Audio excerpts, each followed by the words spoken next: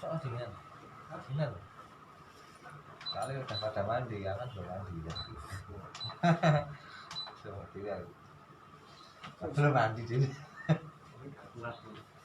haji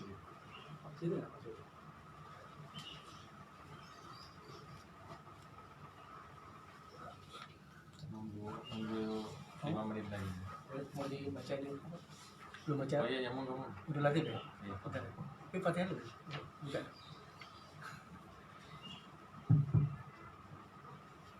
Mau itu latih atau posidah nih? Oh mana? Posidah aja nih. Posidah. Mau. Ah iya sudah. Posidah aja nih. Tapi baca udah. Dia di-request aja beberapa bait kan. Di-request beberapa bait lah. Kalau sedikit mau baca.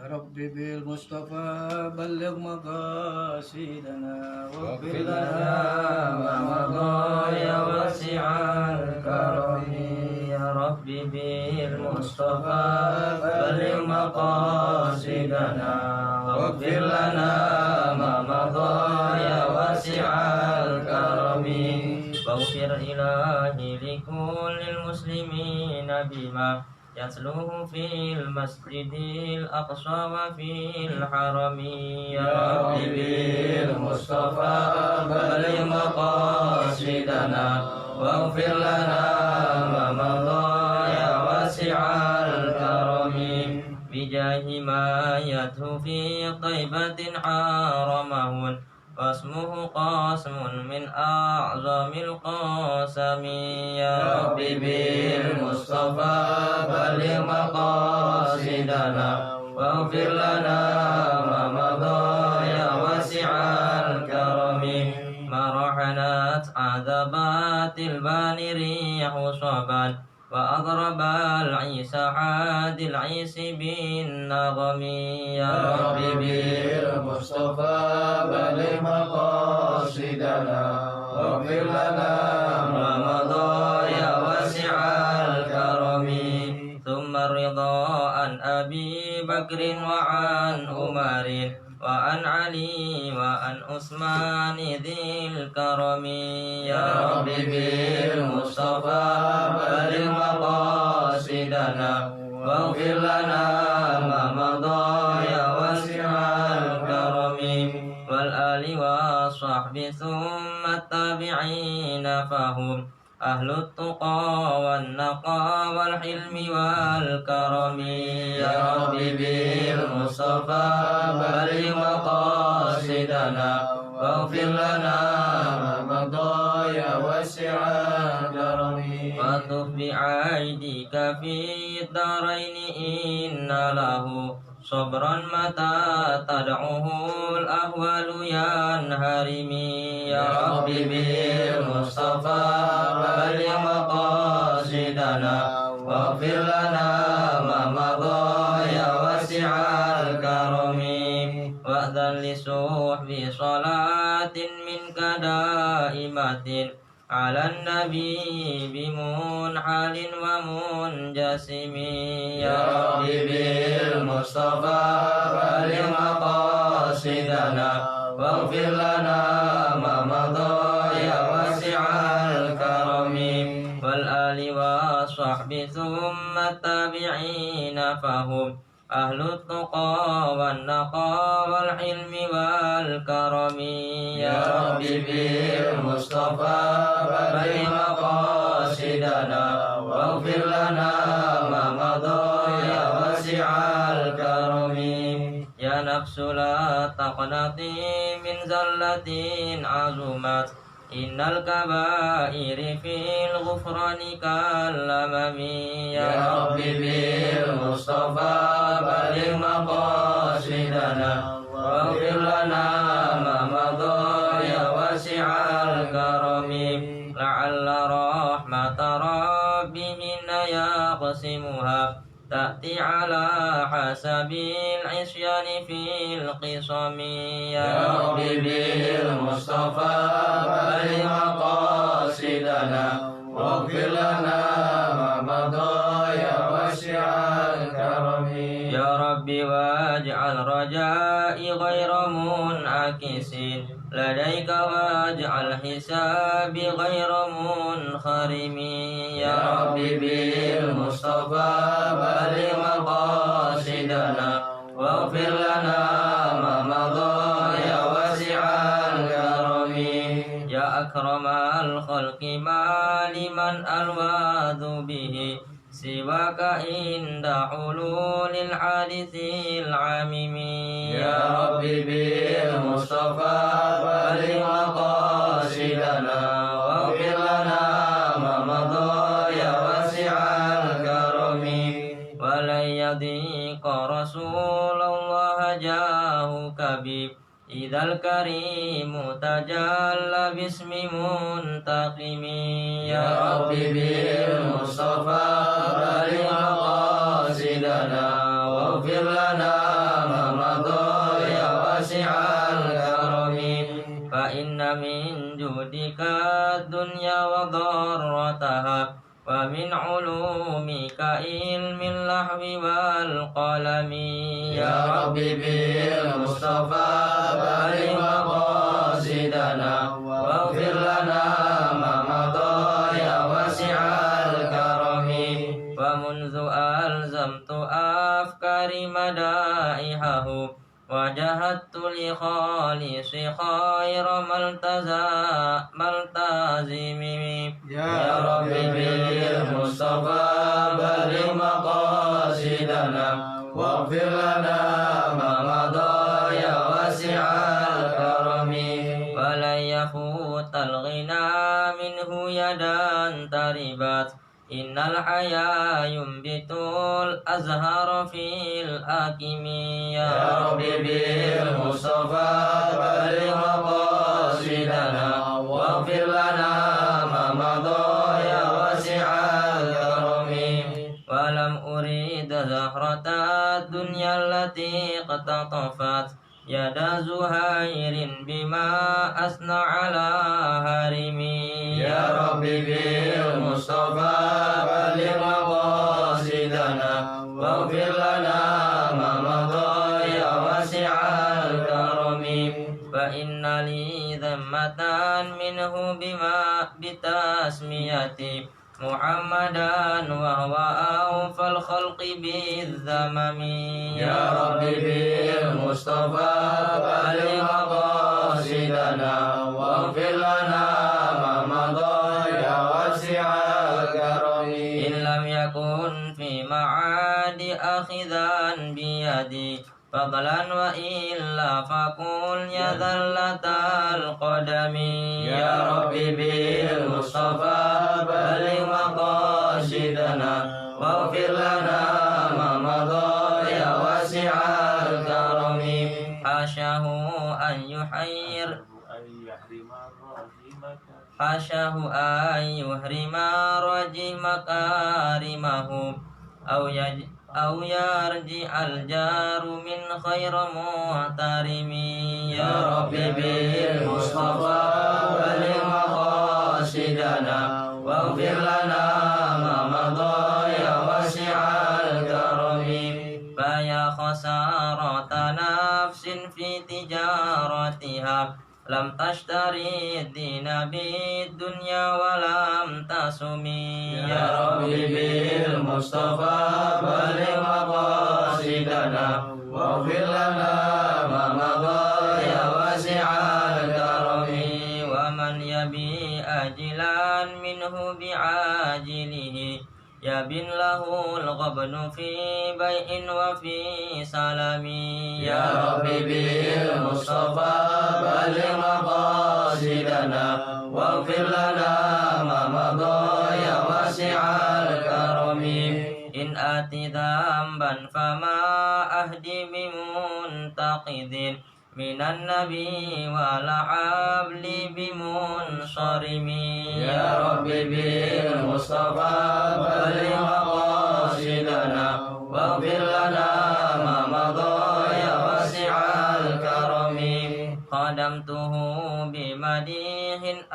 أستقيل به ذنوب أمر مضى في الشعر والخدم.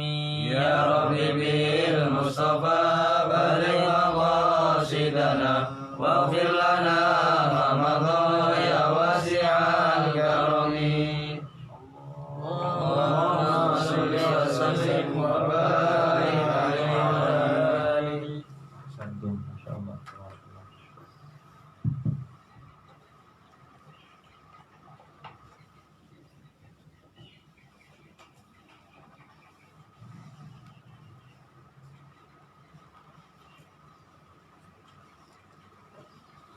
Bismillahirrahmanirrahim. Assalamualaikum warahmatullahi wabarakatuh. Waalaikumsalam warahmatullahi wabarakatuh. Alhamdulillahi rabbil alamin. Sallallahu wasallam wa baraka ala rasulillahil amin wa ala alihi wa sahbihi ajma'ina, amma ba'du. Subhanaka la ilma lana illa ma 'allamtana innaka antal alimul hakim. Rabbi shrah li sadri wa yassir li amri wahlul 'uqdatam min lisani yafqahu qawli wasaddid lisani wahdi qalbi bihaqqi sayyidina Muhammadin sallallahu alaihi wasallam.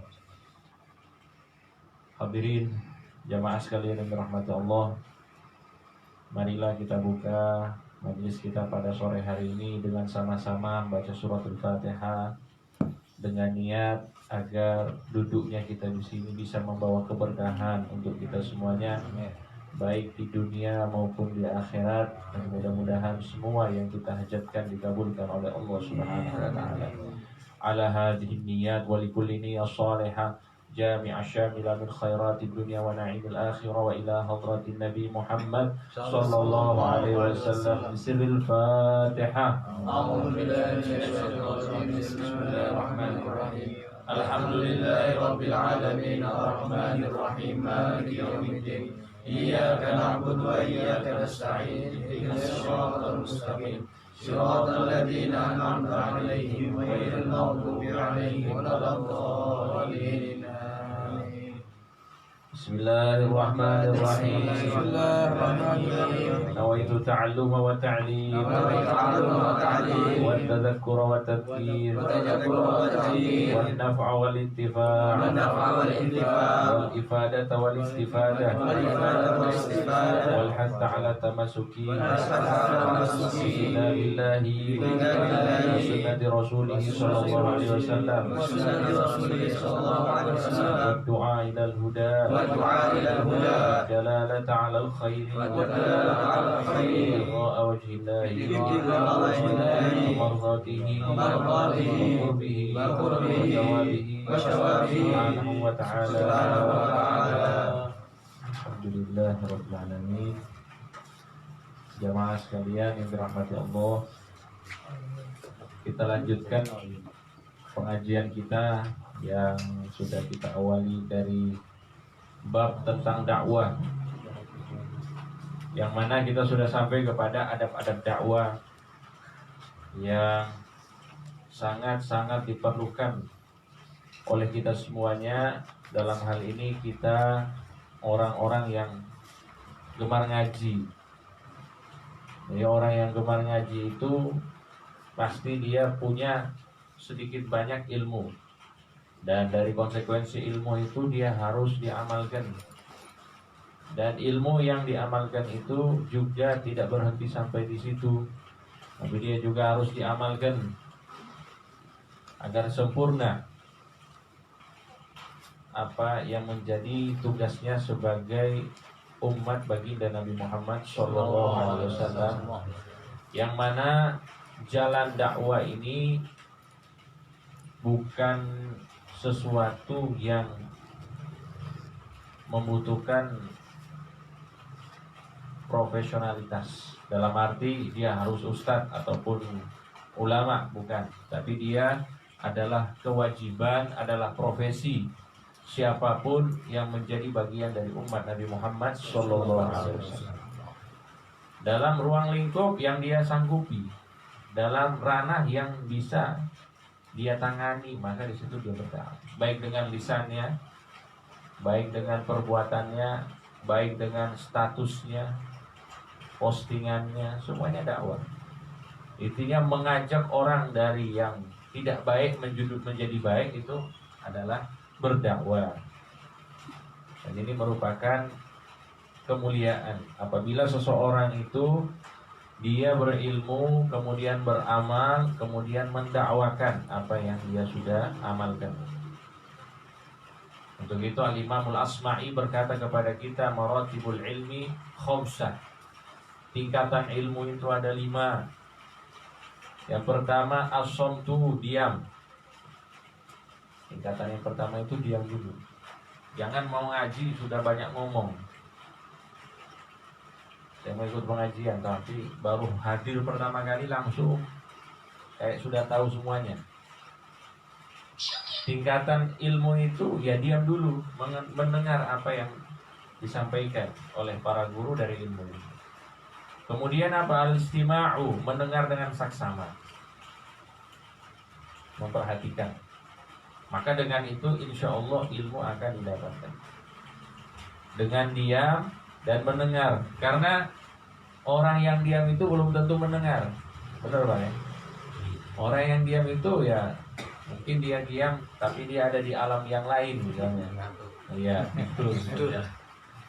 Atau misalnya dia itu diam kelihatan memperhatikan tapi pikirannya kemana? Ada juga kayak gitu.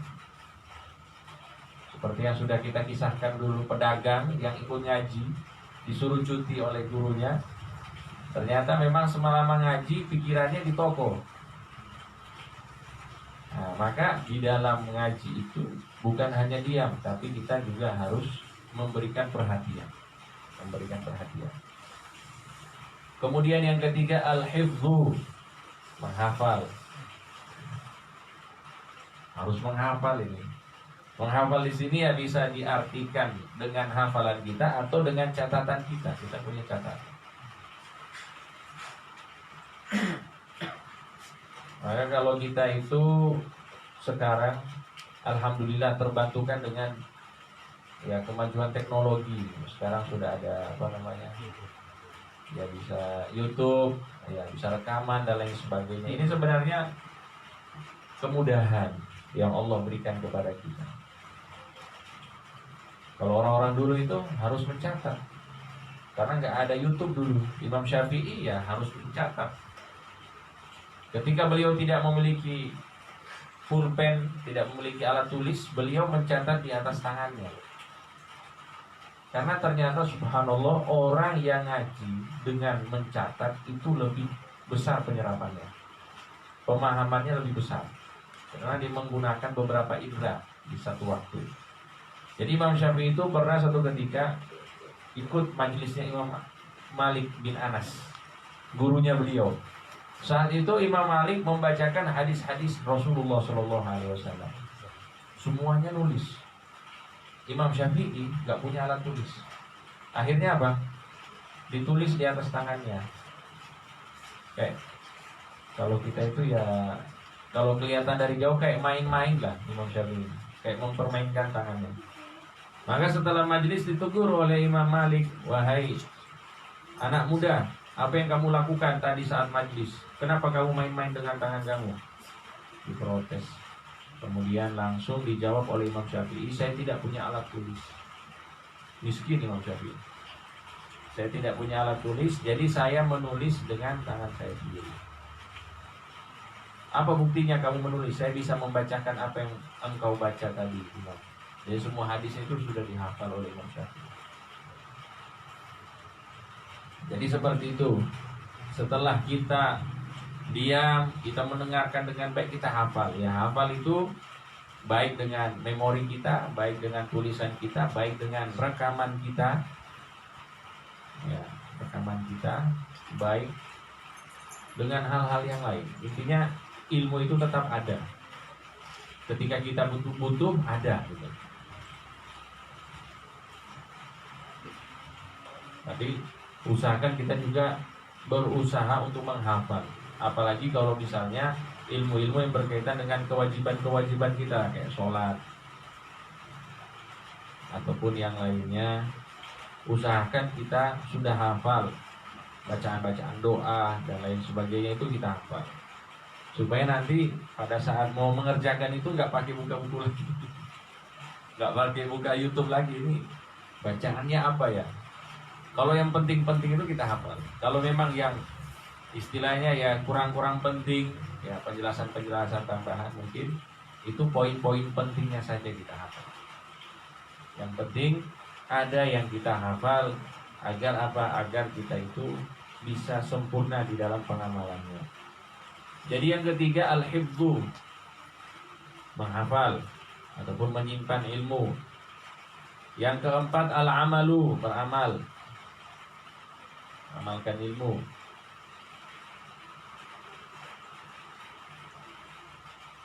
Imam Abu Hanifah berkata, mal ilmu illa lil amali bihi. Ilmu itu ada supaya diamalkan. Ilmu itu bukan cuma teori, tapi teori yang dipraktekkan. Itu apalagi ilmu agama. Yang sifatnya wajib, maka wajib dilakukan. Yang sifatnya wajib. Yang sifatnya haram, maksudnya kita mempelajari hal-hal yang diharamkan oleh Allah, wajib kita tinggalkan. Yang sifatnya sunnah, hukum-hukum sunnah kita pelajari. Misalnya kita mempelajari amalan-amalan sunnah, maka minimal sekali seumur hidup kita amalkan. Minimal. Kita tahu sholat tasbih. Apa itu sholat tasbih? Ya, sholat yang bacaan tasbihnya dari saat berdiri, saat ruku itu ada jumlah-jumlah tertentu. Kita sudah pelajari ilmunya, maka minimal sekali seumur hidup kita amalkan. Begitu juga dengan ibadah-ibadah sunnah yang lainnya. Kalau bisa diamalkan secara istiqomah, walhamdulillah wa syukurillah. Kalau bisa istiqomah. Karena kewajiban itu ibarat modal. Kita ini di dunia diibaratkan oleh Allah sebagai pedagang. Yang menjadi lawan transaksi kita Allah. Yang menjadi barang dagangan kita adalah amal soleh. Jadi kalau misalnya orang hidup di dunia ini beriman kepada Allah, melaksanakan kewajibannya, maka dia sudah punya modal untuk berhadapan dengan Allah. Orang di dunia ini tidak mau beramal soleh, tidak mau melaksanakan kewajibannya, menghadap Allah tanpa modal, rugi tidak? Rugi. Berarti dia tidak untung hidup di dunia ini. Tapi kalau dia sudah hidup di dunia ini, melaksanakan kewajibannya sebagai hamba Allah, maka di sini dia sudah punya modal. Orang yang hidup di dunia ini, dia melaksanakan kewajibannya, kemudian ditambah dengan amalan-amalan sunnah, maka di samping modal dia dapatkan, dia mendapatkan keuntungan. Karena kata Imam Ghazali, amalan sunnah itu seperti keuntungan. Jadi kita itu dagangnya untung sukses. Kalau misalnya kita itu ibadahnya wajib kita gabungkan dengan sunnah. Tapi mana yang lebih afdol? Mengerjakan sunnah atau meninggalkan haram? Mana yang afdol? Meninggalkan haram. Meninggalkan yang haram itu jauh lebih baik daripada amalan-amalan sunnah. Karena meninggalkan haram itu hukumnya wajib. Maka para ulama berkata, meninggalkan satu dosa yang bisa kita lakukan, kita sudah punya kesempatan lakukan dosa, tapi kita tinggalkan dosa itu karena takut kepada Allah, itu lebih baik daripada 1000 kali haji. Karena haji wajibnya cuma sekali. Dan 1000 itu kan berarti sudah haji sunnah. Maka yang jadi prioritas kita itu modal. Takwa itu, takwa, mengerjakan perintah-perintah Allah, menjauhi larangan-larangan Allah. Takwa itu modal. Sunnah, keuntungan. Jadi kalau misalnya orang itu sudah punya modal, insya Allah selamat dari neraka, masuk ke dalam surga. Keuntungan itu nanti surga itu kan ada tingkatan-tingkatannya. Ada yang ekonomi, ya. ada yang eksekutif, ada yang VIP, ada yang VVIP, ada yang VVVIP, ada juga. Itu kapan kita dapatkan ya? Dengan amal sunnah. Jadi seperti itu jamaah sekalian. Beramal. Setelah beramal apa? Wan nasyru, berdakwah. Ini tingkatan ilmu. Jadi tingkatan ilmu ini terakhir itu dakwah. Setelah beramal, dakwah. Jenengan di sini sudah paham ilmu tentang sholat tahajud, kan? Paham ya? Pernah dengar sunnah sholat tahajud? Pernah ada? Sudah diamalkan belum? Sudah diamalkan belum? Diamalkan sekali, pernah ya? Ya pernah. Ya sudah pernah diamalkan, maka insya Allah sudah bisa didakwakan. Itu maksudnya. Kalau istiqomah, masya Allah, bagus. Tapi kalau misalnya sudah pernah sudah dipelajari, sudah diamalkan meskipun sekali, itu insya Allah sudah bisa didakwakan. Meskipun kita mungkin tidak istiqomah. Jadi seperti itu. Nah, ini tingkatan ilmu jamaah sekalian yang dirahmati Allah Subhanahu wa taala. Ini hujan-hujan kayak gini, doa-doa mustajab. Doa-doa mustajab. Kita ini di majelis ilmu, majelis zikir, insyaallah apapun yang kita hajatkan dikabulkan oleh Allah. Kebaikan dunia, kebaikan akhirat. Jamaah sekalian yang dirahmati Allah. Kemudian termasuk adab di dalam berdakwah ialah at-ta'ridu fi nushi duna tasbih. At-ta'rid fi nushi, menasehati secara tidak langsung. Nah, ini termasuk dakwah di dalam adab di dalam berdakwah. Menasehati tidak secara langsung, tidak belak-belakan kalau bahasa kita. Tidak menunjuk orang tersebut, atau misalnya kita menasehatinya di depan halayak ramai. Nah, ini juga termasuk adab di dalam dakwah.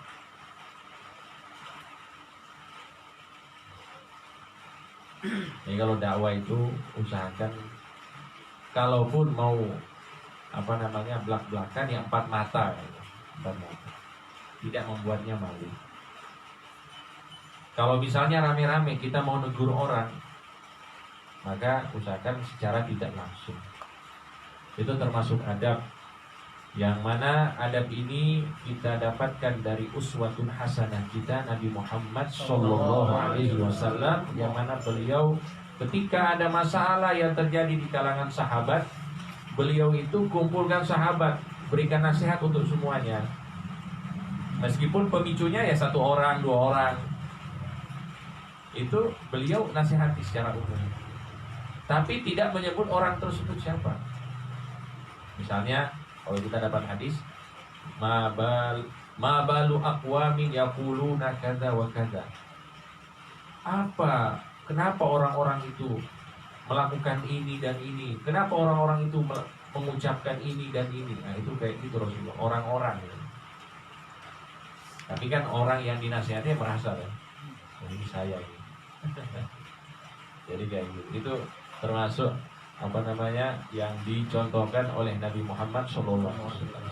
Kemudian dikatakan oleh Habib Ahmad bin Zaid Al-Habsyi, at-ta'ridu fi nushi li ahli al-fahmi nafi'un jiddan duna tasrif. Menasehati secara tidak langsung untuk orang-orang yang punya pemahaman yang bagus, itu akan bawa manfaat lebih besar ketimbang kita itu secara belak-belakan. Ini orang misalnya, kalau kita nasihati insya Allah dengar. Tapi kalau kita pakai cara yang halus, cara tidak langsung, itu akan lebih diterima ketimbang kita langsung.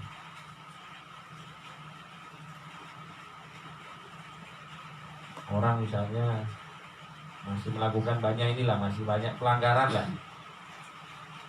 Kalau langsung kayak gini kita, kok kamu masih kayak gini, seharusnya kamu begini. Tapi kalau nggak langsung mungkin bilangnya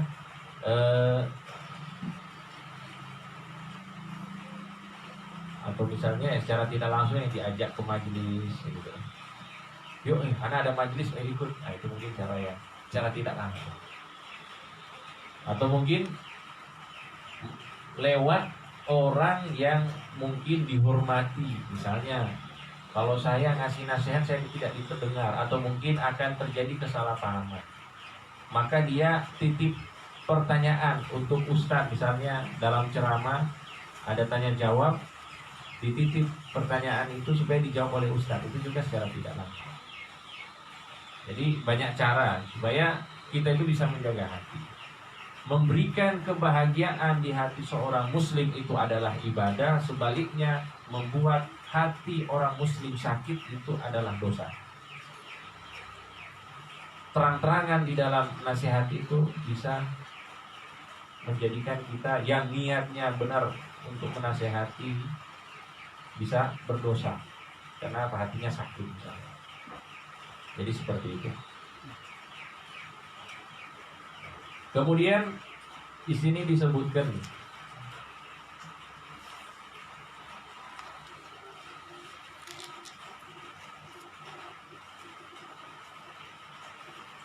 ada perkataan Habib Muhammad bin Zain bin Sumaid berkata, beliau ya bahasanya kayak tadi, yaitu kita kalau bisa menasihati ataupun berdakwah itu secara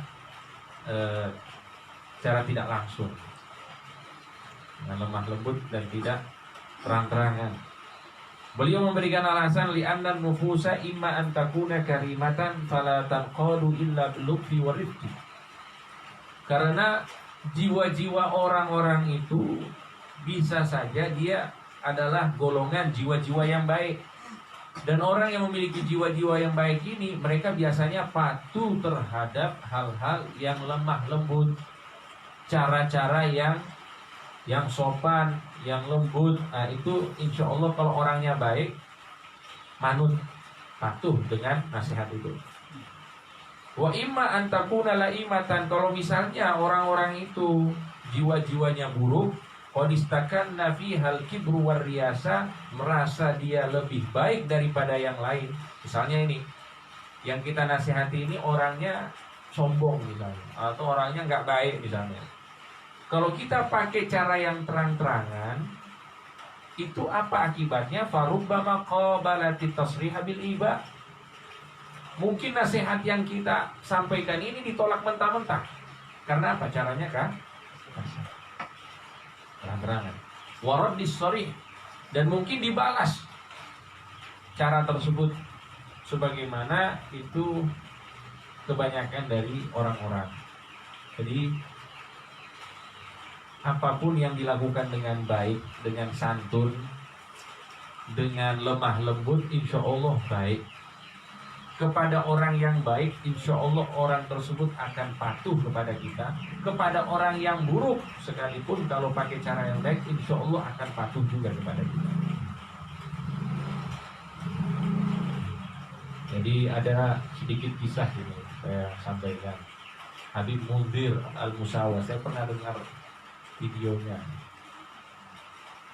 ini. Habib Munzir Musawa, termasuk beliau ini orang yang dakwah secara lemah lembut, figur pendakwah yang sangat berakhlak ya, Habib Munzir Musawa. Untuk itu beliau termasuk orang yang banyak dicintai. Dan termasuk yang beliau sampaikan itu dulu pernah ada pengalaman di Jakarta, Sohibul Bait paham. Mungkin kalau anak cerita ini sudah paham ceritanya, karena sudah berjumpa langsung. Kalau anak ya belum berjumpa langsung, mungkin makomnya, tapi orangnya belum pernah, sudah wafat.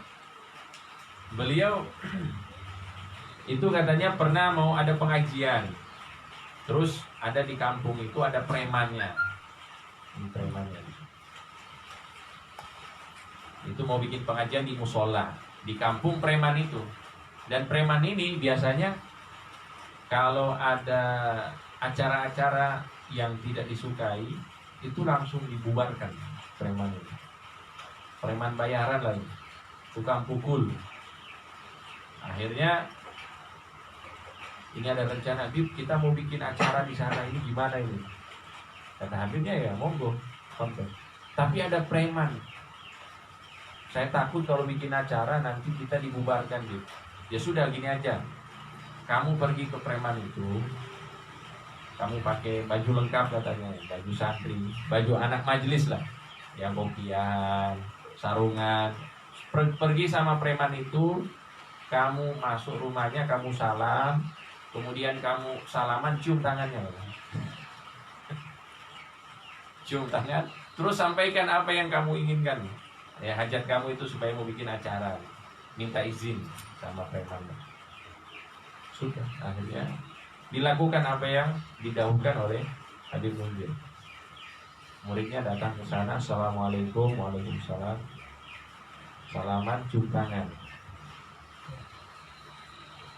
Ini preman ini, tatoan semua itu. Terus langsung si preman ini bertanya, kamu kenapa kesini? Saya di sini disuruh Habib Munzir, katanya mau bikin acara, bikin musola, minta izin dari antum.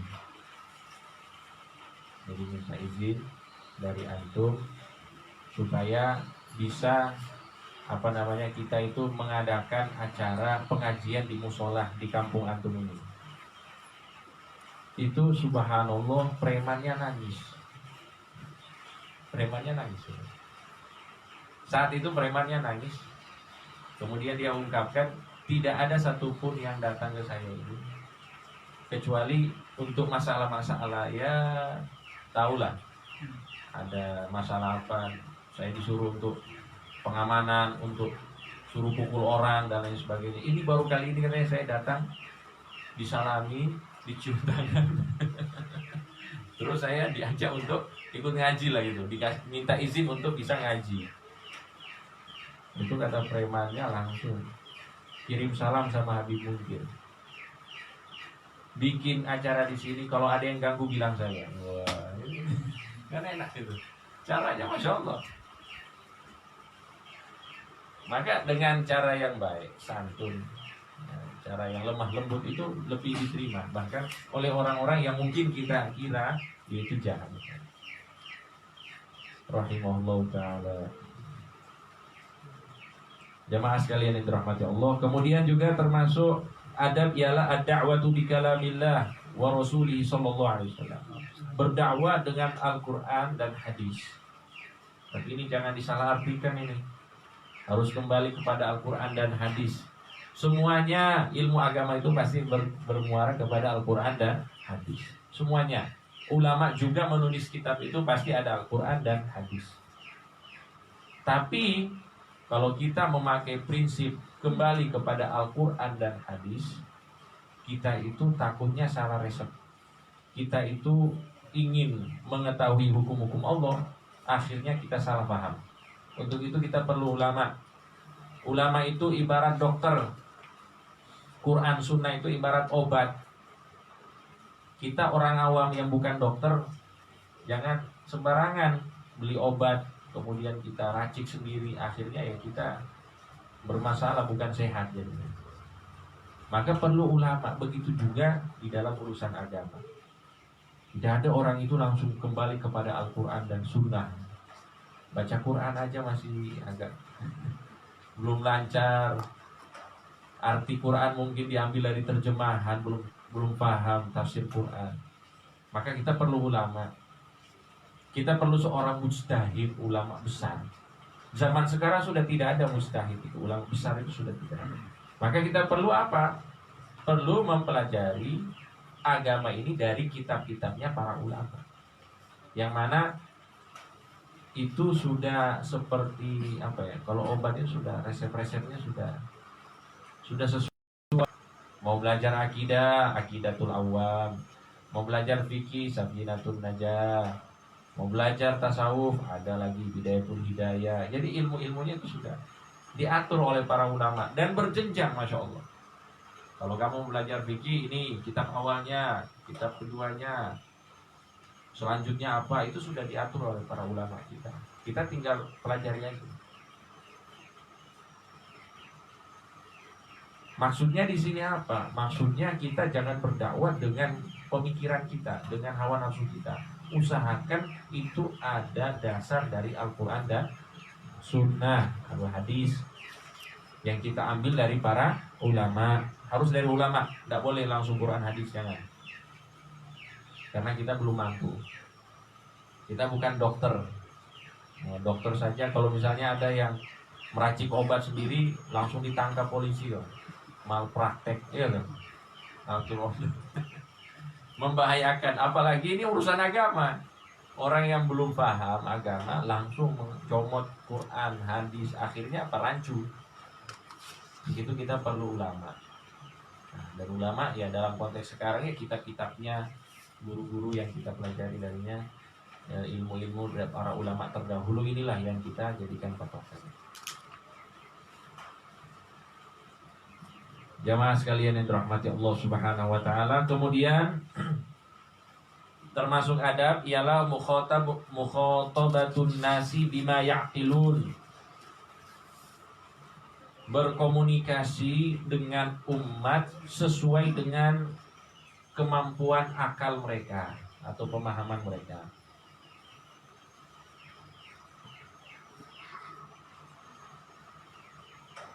Jangan bahas ilmu terlalu tinggi kalau untuk pemula, jangan. Atau misalnya orang yang nggak pernah ngaji itu langsung bahas yang Ihya Ulumuddin, Masya Allah. Baru buka majelis langsung qala al-Imamul Ghazali. Wah, pusing mereka ini. Imam Ghazali ini siapa? Ya ada cerita itu ini apa?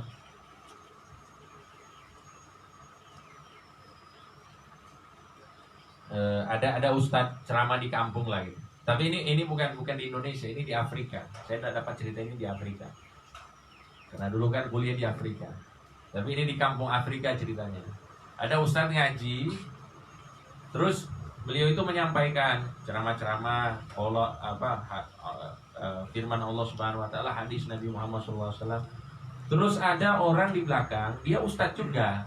Cuma ustadz yang biasa, yang suka menyalahkan.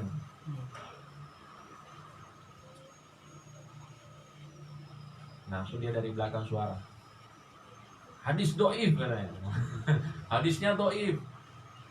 Itu bukan dari Sahih Bukhari.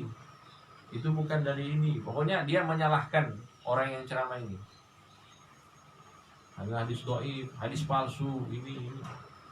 Akhirnya jamaahnya balik belakang, lihat orang ini, langsung ditangkap, dibuang di laut.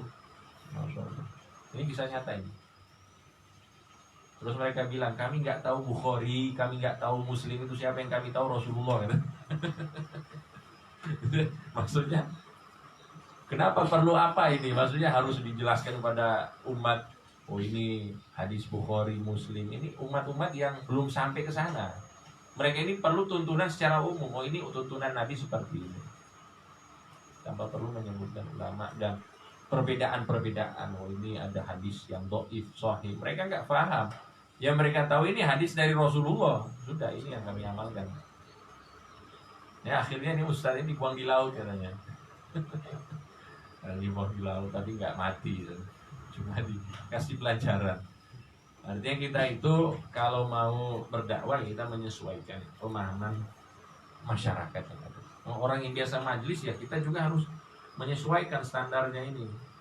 Jadi kalau ngaji sama antum-antum ini anak harus ngangkat level juga, nggak sembarangan. Soalnya ilmunya masya Allah. Kalau terlalu standar bawah nanti tidur semuanya takutnya. Udah tahu dah. Nah.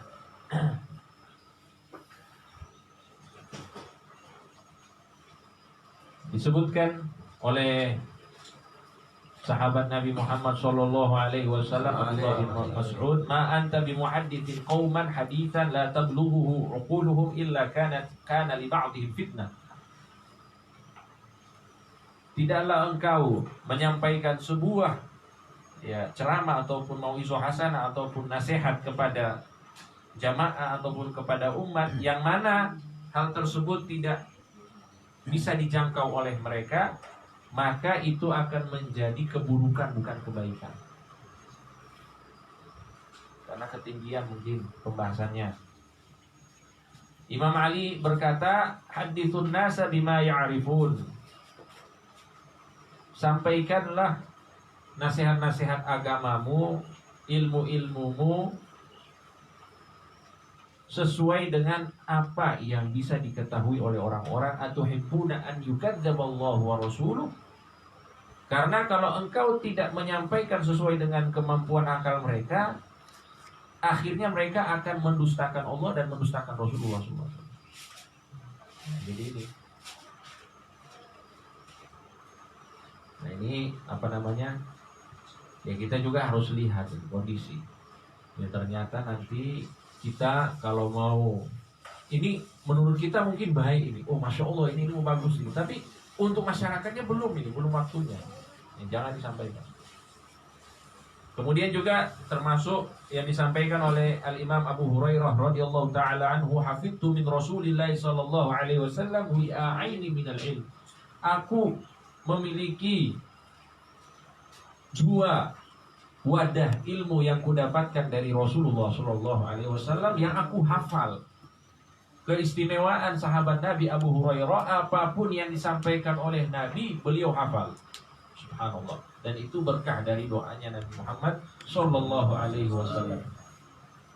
Kalau di sini saya sampaikan apa namanya, hadis, Quran, kalam sahabat, kalam ulama, pada hafal gak? Anak aja gak hafal, anak harus baca. Kalau Abu Hurairah, apapun yang disampaikan oleh Nabi langsung dihafal, subhanallah. Maka beliau udah bilang, saya punya 2 wadah ilmu yang saya hafal dari Nabi Muhammad SAW. Fa amma ahaduhuma, satu dari 2 wadah ilmu itu, fabasastuhu, aku sudah sampaikan semuanya. Laquti'a hadza bul'um, maka leher ini pasti sudah copot katanya. Paham gak maksudnya? Artinya gak semua ilmu harus disampaikan ternyata. Kalau misalnya ilmu itu dampaknya apabila disampaikan buruk, jangan disampaikan. Dan termasuk yang saya dengar, ilmu yang tidak disampaikan oleh Abu Hurairah saat itu adalah ilmu yang berkaitan dengan Ahlul Bait Nabi Muhammad SAW. Karena di masa itu Ahlul Bait sangat-sangat diincar. Apapun pembahasan tentang Ahlul Bait itu pasti dapat hukuman orang ketika berbicara tentang Ahlul Bait di masa Banu Umayyah. Jadi katanya kalau misalnya saya bicarakan ilmu yang kedua ini pasti leher saya sudah copot ya, saya sudah dibunuh. Nah, maka kita juga demikian. Misalnya kalau ada hal-hal yang kurang penting lah, atau misalnya kalau kita bicara masalah itu orang-orang makin ya terprovokasi ataupun menjadi tidak kondusif, ya jangan usah disampaikan. Pokoknya yang baik saja gitu. Yang baik diterima oleh orang, yang mana orang yang buruk jadi baik, yang baik jadi makin baik, itu aja yang kita sampaikan.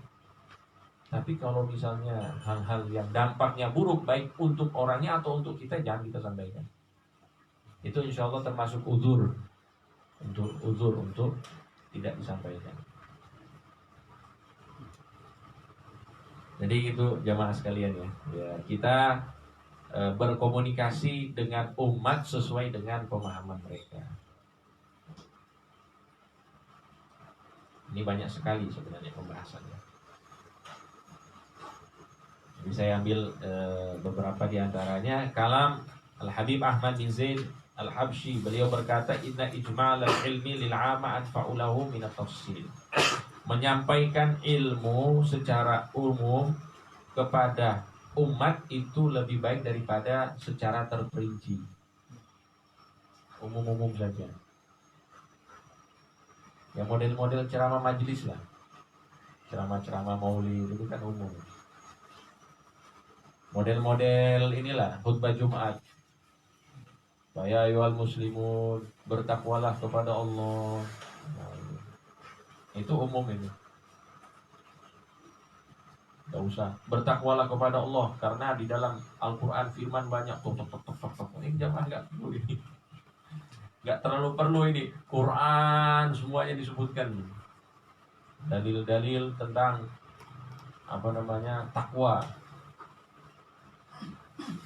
Nggak usah terperinci. Yang penting secara umum.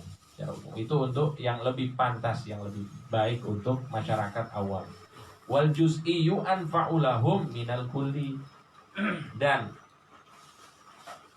pembahagian itu lebih baik daripada pembahasan secara keseluruhan.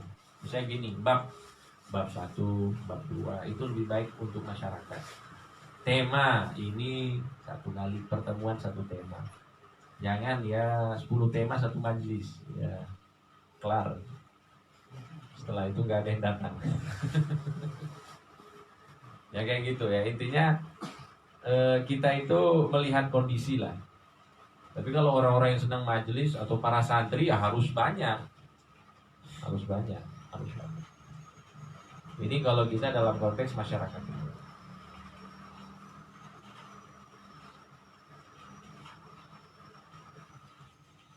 Ya ibaratnya anak kecil. Anak kecil itu kalau diomongkan hal-hal terlalu tinggi nggak paham. Apalagi saat-saat ini mulai banyak bertanya-tanya.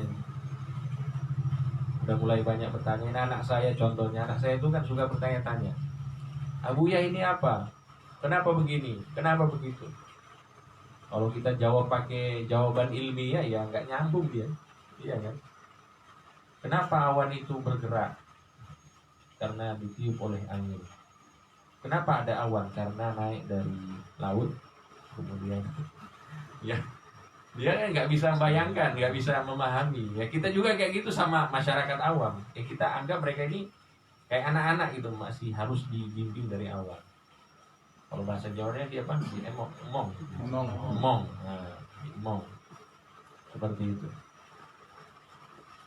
Karena kalau sudah terlalu tinggi, baru mulai misalnya Ustadz Abdi, ayo kita belajar usul fikih. Wah, masyarakat belajar usul fikih. Gak nyambung. Ya, jadi seperti itu jamaah sekalian yang dirahmati Allah Subhanahu wa taala. Kemudian juga termasuk ulama yang sangat mendukung hal ini yaitu Habib Abdullah bin Alul Haddad. Beliau itu tidak terlalu mau ada pembahasan-pembahasan secara detail tentang perkara-perkara ibadah ataupun akidah. Misalnya begini, akidah itu ya sudah. Apa sih akidah? Akidah itu ya kita mengenal Allah. Allah itu maha sempurna. Allah itu tidak memiliki kekurangan. Nabi Muhammad itu adalah utusan Allah. Ya umum-umum seperti itu saja. Ya sholat ya seperti ini. Gerakannya kayak gini. Bacaannya ini. Hal-hal yang membatalkan sholat ini. Itu semuanya dijelaskan secara umum. Nggak perlu membahas ikhtilaful ulama. Ini pembahasan baca surat Fatihah. Baca surat Fatihah menurut Imam Malik. Wah, Masya Allah. Ini kelihatannya keren memang. Tapi masyarakatnya jadi bingung. Menurut Imam Syafi'i, menurut Imam Abu Hanifah. Jadi, wah. Memang kelihatannya ilmiah. Tapi masyarakatnya yang bingung. Untuk itu ya ulama-ulama dulu itu jarang sekali yang bicara tentang ayat Quran, hadis Nabi itu nggak ada. Coba kalau kita lihat ulama-ulama dulu. Mereka cuma nyampaikan ini apa hukumnya? Boleh. Ini apa? Nggak boleh. Udah. Jadi orang-orang ulama-ulama kita dulu itu kelihatannya nggak alim, tapi alimnya luar biasa. Bahkan lebih alim dari kita. Tapi mereka apa? Mereka tahu kondisi dakwanya. Jadi ini yang saya hadapi masyarakat umum. Tidak perlu mereka itu penjabaran yang panjang, yang terperinci itu mereka tidak perlu. Jadi kalau ditanya ini, Kiai ini hukumnya apa Kiai? Kalau saya sholat kayak gini gimana? Oh batal. Yang benar gini. Ini gimana Kiai? Oh ini betul. Ini boleh nggak? Boleh. Cuma gitu jawabannya. Tapi kalau sekarang Masya Allah kita ini supaya kelihatan ilmiah gitu ya. Hadis Nabi, apa Quran, hadis, kalam ulama, supaya kelihatannya ilmiah. Padahal itu ya model-model kayak gitu ya di dalam fatwa itu diperlukan karena apa? Pertanggungjawaban ilmiah. Tapi kalau untuk dakwah itu tidak terlalu perlu sebenarnya. Jadi silakan kita cari di kitab-kitab fikih ada ayat-ayat Quran ya, ada ayat Quran. Kitab-kitab fikih itu cuma penjelasan. Tidak ada Quran, tidak ada hadis, tidak ada penjelasan Quran hadis di dalamnya. Karena masyarakat nggak butuh itu maksudnya. Itu jadi hikmahnya. Nah, jadi Habib Abdullah Al-Haddad beliau juga protes tentang masalah ini. Jangan terlalu banyak membahas masalah-masalah itulah. Termasuk dalam masalah sholat, apakah sholat harus begini, tangannya begini, itu nggak usah dibahas. Tunjukkan saja seperti ini. Nanti masyarakatnya yang bingung. Dan kalau misalnya mereka sudah di dalam suatu mazhab, ya sudah biarkan mereka di dalam mazhab itu. Kita misalnya ketemu orang mazhabnya beda, ya sudah kita biarkan dia dalam mazhab itu. Kita ke India misalnya, mazhabnya Hanafi, ya sudah biarkan mereka mazhab Hanafi. Ya di Indonesia Syafi'i, ya Syafi'i. Ya di Sudan, di Afrika ya Maliki, ya sudah. Sholatnya nggak pakai sedekap, ya sudah. Dibiarkan. Dalam masalah akidah juga jangan terlalu banyak detail katanya tentang masalah akidah, perbedaan-perbedaan. Yang paling penting begini saja kata Habib Abdullah Al-Haddad. Yang penting taro ahadahum yaqulu Allahumma ma'ana. Yang penting itu mereka meyakini bahwa Allah bersama kita. Apa itu iman kepada Allah? Apa itu ilmu akidah? Yang penting merasa bahwa Allah itu bersama kita. Allahu nadhirun ilaina, Allah melihat kita, itu cukup untuk masyarakat awam. Kamu kalau bikin dosa itu Allah lihat kamu loh. Itu akidah itu.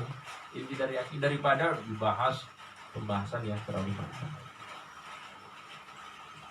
Begitu juga dengan pembahasan tasawuf yang terlalu ya istilahnya membuat kita berhayal, bukan membuat kita yakin. Akhirnya jadi berhayal. Itu juga ada pembahasan-pembahasan ilmu tasawuf yang sudah kita ingatkan kemarin, kitab-kitabnya di antara lain Al-Ihsanul Kamil karya Al-Imamul Jili. Itu termasuk Abdul Karim Al-Jili ini, beliau punya kitab Al-Ihsanul Kamil. Begitu juga Al-Futuhatul Makkiyah karya Imam Ibnu Arabi. Itu kitab tasawuf bagus, tapi untuk masyarakat umum tidak bagus karena terlalu mendetail. Jadi apa yang bagus dibahas di dalam dakwah, di dalam menasihati, kata Habib Abdullah Al-Haddad ada 3. Yang pertama at-tadhkiru bin ni'am, mengingatkan tentang kenikmatan dari Allah, mengingatkan nikmat-nikmat Allah lah. Jadi tema bahasan dakwah kita itu bagusnya itu mengingatkan nikmat-nikmat Allah. Yang kedua iltizamu ta'ah, selalu melakukan taat. Artinya kita menggiring orang untuk melakukan taat. Yang ketiga ijtinabul maksiyah, menghindari kemaksiatan. Terus kalau dakwah itu aja. Ingatkan, Masya Allah, ada orang yang misalnya kurang bersyukur, kita ingatkan, Masya Allah, nikmat Allah itu banyak. Yang mau menikah misalnya, ingatkan bahwa menikah itu adalah nikmat Allah. Misalnya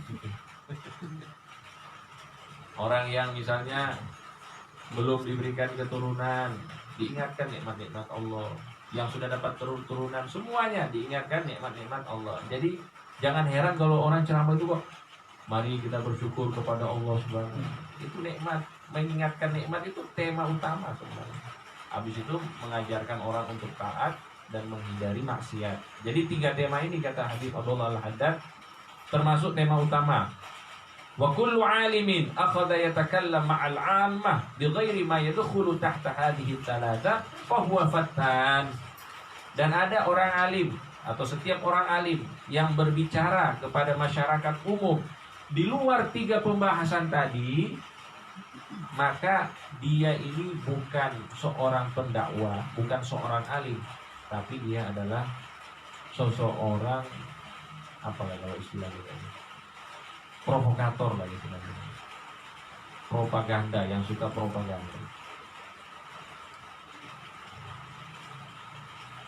Bukan mendatangkan kebaikan tapi mendatangkan keburukan. Ini kata Habib Abdullah bin Alawi Al-Haddad. Jadi kita kalau ingin dakwah ya tema kita, materi kita seputar inilah.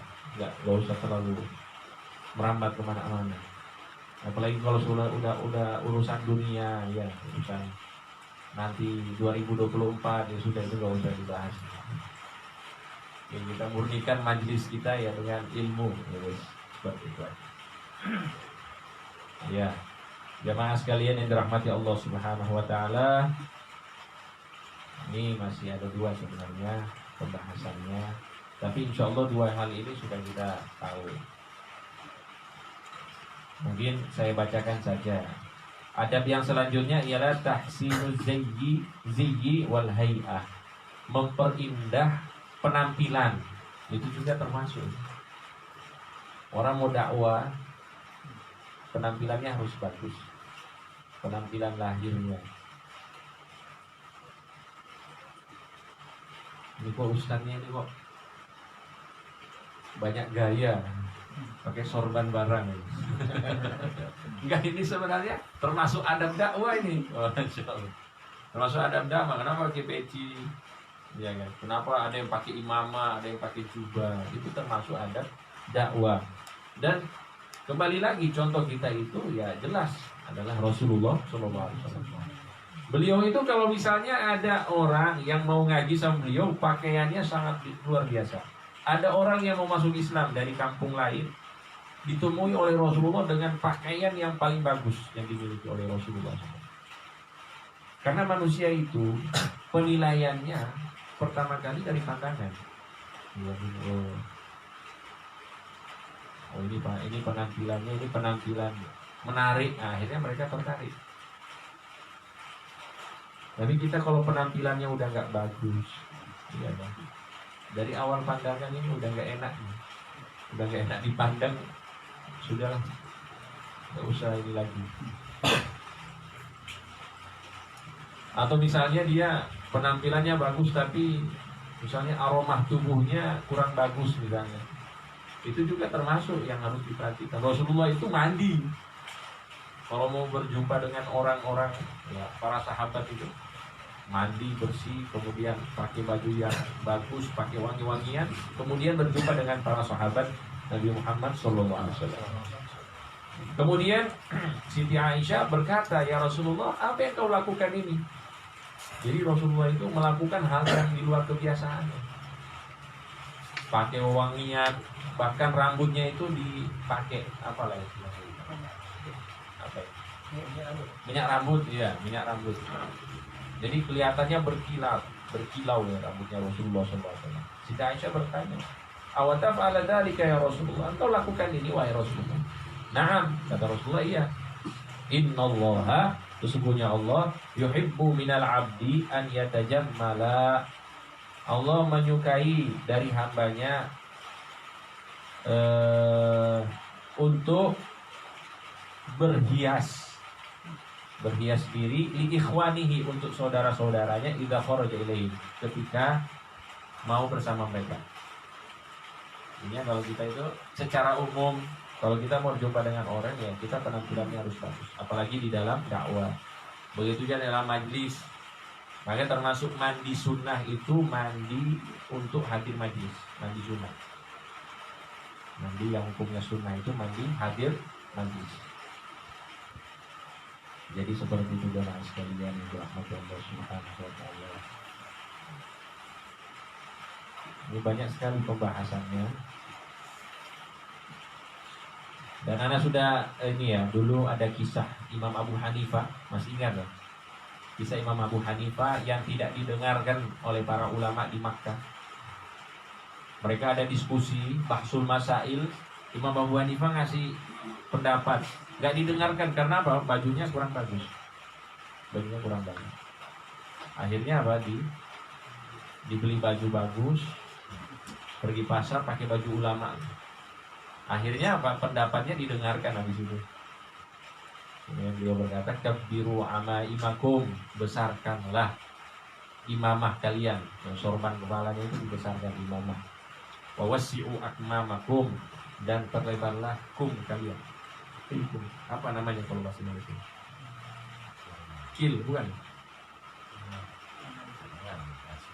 Iya, namanya ya lengan baju apa lagi namanya. Kalau bahasa Arabnya kum ini namanya. Jadi ulama-ulama dulu itu kumnya besar. Orang bisa masuk dalamnya. Itu kalau ulama-ulama dulu.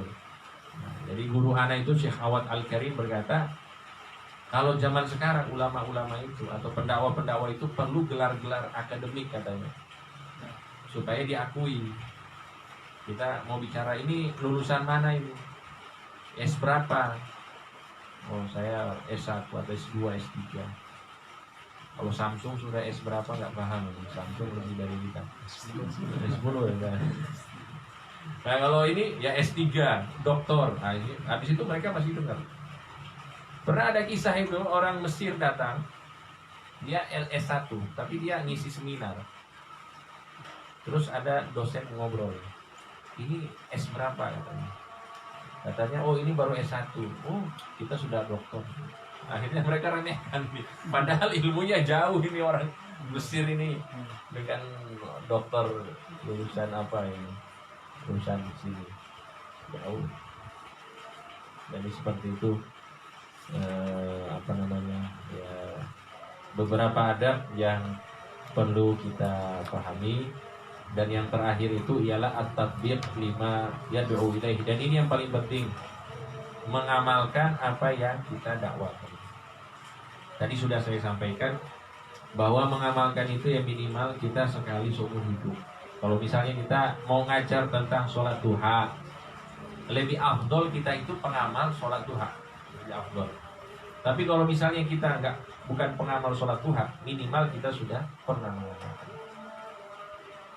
Kita sudah pernah mengamalkannya, kita sampaikan, oh ini ilmu tentang sholat duha. Sholat duha itu minimal 2 rakaat, maksimal 8 rakaat. Nanti bacaannya ini, doanya setelah sholat ini, wiridnya ini. Nah itu juga tidak apa-apa untuk kita sampaikan. Intinya kita berusaha untuk mengamalkannya. Nanti ada penyampaian-penyampaian di sini oleh beliau yang akan kita bahas di pertemuan yang akan datang, insyaallah, terkait mengamalkan ilmu sebelum berdakwah. Wallahu ta'ala a'lam. Sallallahu wasallam baraka ala Rasulillah sallallahu alaihi wasallam. Wallahu muwaffiq ila aqwamit thariq. Wassalamualaikum warahmatullahi wabarakatuh. Waalaikumsalam warahmatullahi wabarakatuh.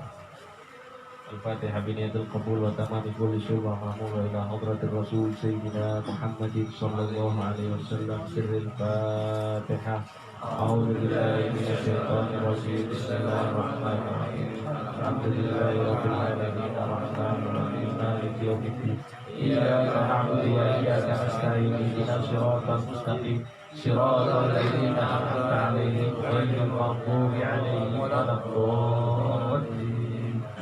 آمين. اللهم صل وسلم على سيدنا محمد مفتاح باب رحمة الله عدد ما في علم الله صلاة وسلاما دائمين بدوام ملك الله وعلى آله وصحبه. اللهم اجعل في طاعتك فرحي وسروري وفي مرضاتك جميع أموري. اللهم يا عالم بحالاتي ومطلع على سرائر ونياتي اقضي جميع حاجاتي واغفر ذنوبي وسيئاتي وتجاوز عن خطيئاتي وزلاتي وتقبل جميع حسناتي وسامحني فيما مضى وما يأتي واكتبني في ديوان ساداتي واسلك بي سبيل نجاتي في حياتي ومماتي. اللهم إني طامع في عطاء راغب بالرضا مستسلم للقضاء فاكتبني من أولياء واسلك بي سبيل الهدى والحقني بالأنبياء. صلى الله على سيدنا محمد وعلى آله وصحبه وسلم والحمد لله رب العالمين. سبحانك اللهم وبحمدك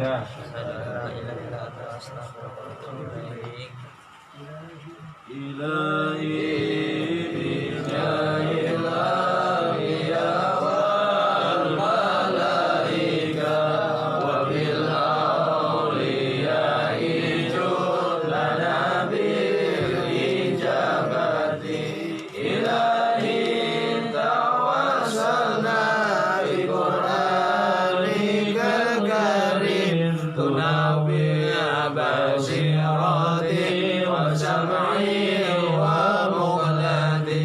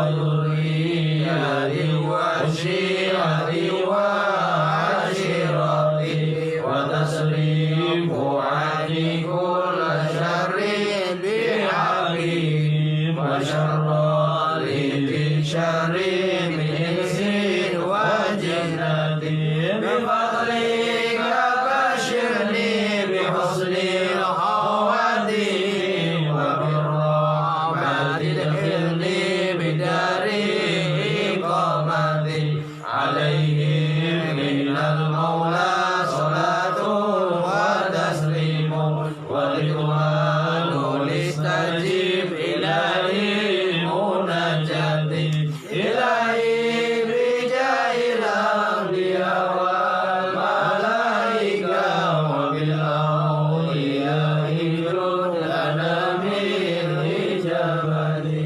اللهم صل وسلم Masya Allah.